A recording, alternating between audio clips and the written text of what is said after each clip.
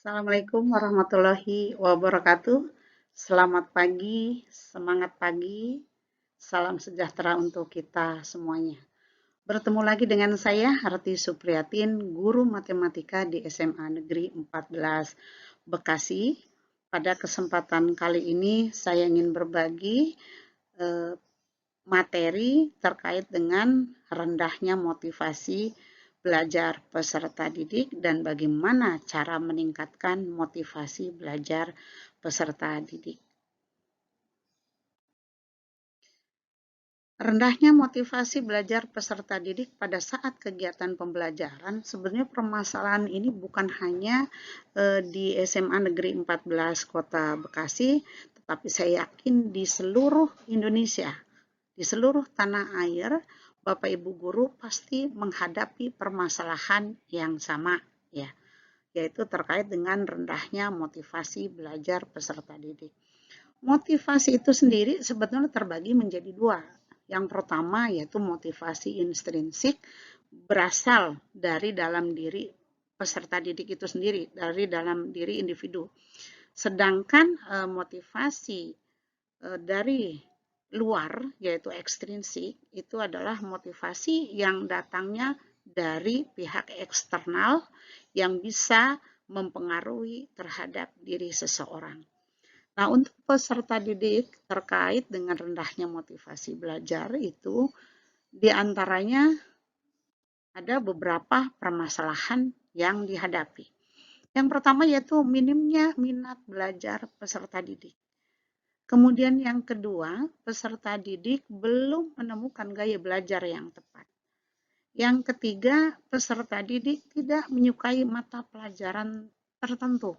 Contohnya, saya pernah berbincang dengan peserta didik terkait dengan bagaimana motivasi belajar terkait dengan mata pelajaran, contohnya mata pelajaran saya matematik.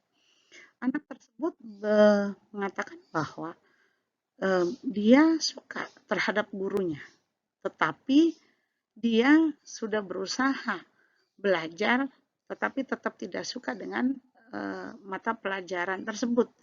Sehingga ini harus dicari apa yang menyebabkan dia tidak suka mata pelajaran tertentu. Kemudian yang keempat, media pembelajaran dan metode pembelajaran yang diberikan oleh guru itu kurang menarik. Dan yang keempat, peserta didik sulit fokus dan tidak mudah konsentrasi. Pasti ini ada sebabnya. Kenapa peserta didik seperti itu? Kemudian yang keenam, terdapat permasalahan keluarga yang dihadapi oleh peserta didik. Ya, jadi permasalahan keluarga itu mungkin bisa bermacam-macam, diantaranya ayah ibunya berpisah, kemudian kondisi ekonomi yang sangat rendah atau minim, dan masih banyak lagi permasalahan-permasalahan keluarga yang lain, dan itu kategorinya berarti masuk permasalahan-permasalahan atau motivasi belajar yang seharusnya datang dari pihak eksternal, ya, dari pihak keluarga.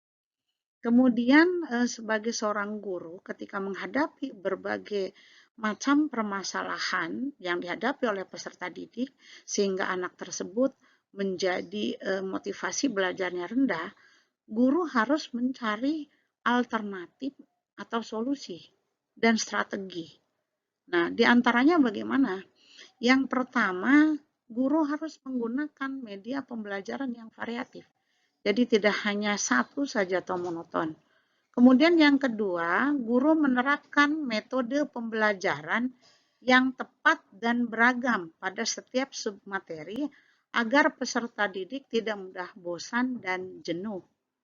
Jadi harus menggunakan metode pembelajaran yang tepat dan beragam. Kemudian yang ketiga, guru harus bisa mengkaitkan antara materi yang dipelajari dengan kejadian-kejadian yang terjadi di lingkungan sekitar, berbasis kontekstual. Nah, ini akan lebih menarik pada peserta didik. Contohnya, apa manfaat atau kegunaan daripada mempelajari materi tersebut dalam kehidupan sehari-harinya. Kemudian yang keempat, ini kepedulian orang tua terhadap perkembangan belajar anak atau peserta didik, ya. Jadi sesibuk apapun orang tua, setiap hari harus bisa mengecek bagaimana perkembangan anaknya untuk mengikuti pembelajaran di sekolah maupun bagaimana di rumah, bagaimana gaya belajar dia. Sesibuk apapun orang tua harus peduli terhadap anaknya. Ya. Kemudian yang kelima yaitu guru harus bisa menyampaikan motivasi belajar secara langsung seperti mencontohkan tokoh-tokoh inspiratif. Ini tentunya menarik untuk peserta didik. Contohnya, guru bagaimana menceritakan Ki Hajar Dewantoro, Insinyur Soekarno, Raden Ajeng Kartini, tentunya terkait pasti dengan bagaimana meningkatkan kualitas pendidikan. Nah, ini pasti akan lebih menarik untuk peserta didik, sehingga akan bisa meningkatkan motivasi belajar siswa. Kemudian hasil pemecahan masalah sebenarnya tadi sudah sebagian saya sampaikan, tetapi akan saya rangkum lagi hasil pemecahan masalah yang dapat diimplementasikan, yaitu yang pertama, menerapkan metode pembelajaran yang tepat dan beragam pada setiap submateri agar peserta didik tidak mudah bosan dan jenuh. Kemudian guru bisa mengkaitkan materi yang dipelajari dengan kejadian-kejadian yang terjadi di lingkungan sekitar atau berbasis kontekstual. Kemudian guru juga harus bisa menyampaikan motivasi belajar secara langsung seperti mencontohkan tokoh inspiratif dan ditambah lagi kontribusi orang tua. Ya, orang tua setiap hari harus memperhatikan bagaimana perkembangan peserta didik atau anak-anaknya terkait dengan belajar baik itu di sekolah maupun di rumah dan menanyakan masalah yang dihadapi, pendekatan dengan anaknya sehingga harus bisa membantu memecahkan masalah. Ya.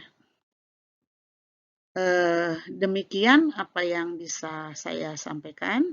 Mungkin sebelum saya tutup, sekali lagi, rendahnya motivasi belajar peserta didik dalam proses kegiatan pembelajaran ini bisa ditingkatkan diantaranya dengan berkolaborasi antara peserta didik, guru, dan orang tua, ya, agar motivasi belajar peserta didik khususnya dalam kegiatan pembelajaran bisa meningkat.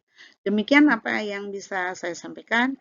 Mudah-mudahan bermanfaat untuk kita semuanya. Wabillahi taufiq walhidayah. Wassalamualaikum warahmatullahi wabarakatuh. Selamat pagi, semangat pagi, salam sehat, sejahtera, bahagia untuk kita semuanya.